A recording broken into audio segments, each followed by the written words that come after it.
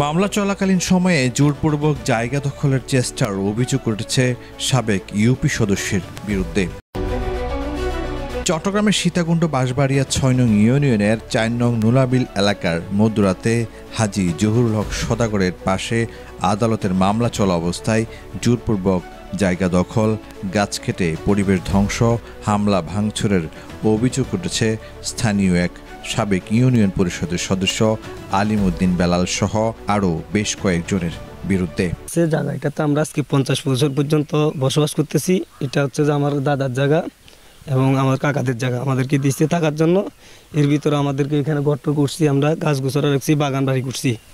থাকার পরে এটা একসময় শুনতেছি আজ থেকে আর 5-6 বছর আগে এটা বিক্রি হয়ে গেছে। বিক্রি হয়ে যাওয়ার পরে তো এটা আমরা কাকাদেরকে জানাইলাম, এটা এরা আসি তখন এটা আবার দখল করতে চাইছিল। তখন আমরা একটা দখল করতে চাইছি, থানাতে একটা আমরা অভিযোগ করছিলাম।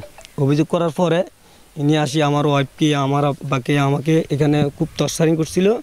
আরও 1 বছর আগে ওনার ছেলে আছে, তখন 2টা ছেলে ছিল, ওর বাগিন একটা ছিল, ওর মাটা আরও আছে, বাইরের কতগুলো ছেলে ফেলে নিয়ে এটা থেকে 1 বছর আগে ভেঙে ফেলছিল। ভেঙে আমরা একটা থানাতে অভিযোগ মামলা করছিলাম। আমার ওয়াইফ তখন মেডিকেল ভর্তি ছিল, আমরা একটা মামলা করছিলাম।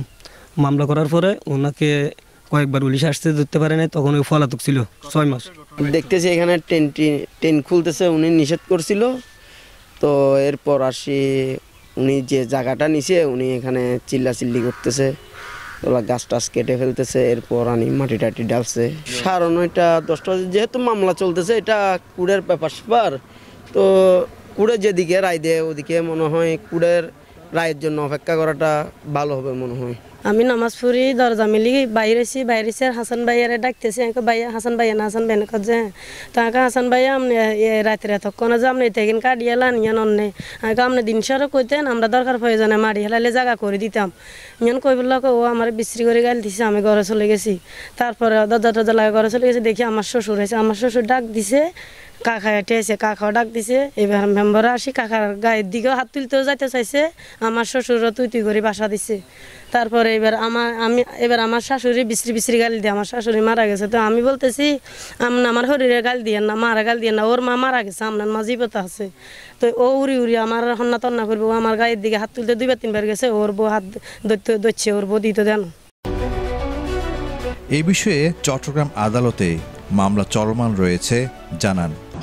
আমার মেজো ভাইয়ের প্রবাসে দেশের বাইরে থাকেন সাধারণ নিয়ে, তারপরও আমরা উদ্যোগ নিয়েছি নামজারি করার জন্য। নামজারি করবো এমন সময় শুনি 2018 সালে আব্দুল আলিম বেলাল নামে একজন লোকের কাছে, ভাগিনের সোনার কাছে জায়গাটা বিক্রি করে দেন। এরপরে আর আমরা বিভিন্ন কারণে আর নামজারি করা হয়নি। এরপরও যাইয়া গত 2019 সালে এই দলিল 97 সালের দলিল বিরুদ্ধে আমরা জাল দলিল বলে জজ করে একটা মামলা করেন। আমরা ওই মামলার জবাব দিই, অদ্যাবধি ওই মামলার চলমান। এরপরও যাইয়া আমরা আজকে দীর্ঘ 40-50 বছর আমাদের জায়গা দখল আছে, সবকিছু আছে।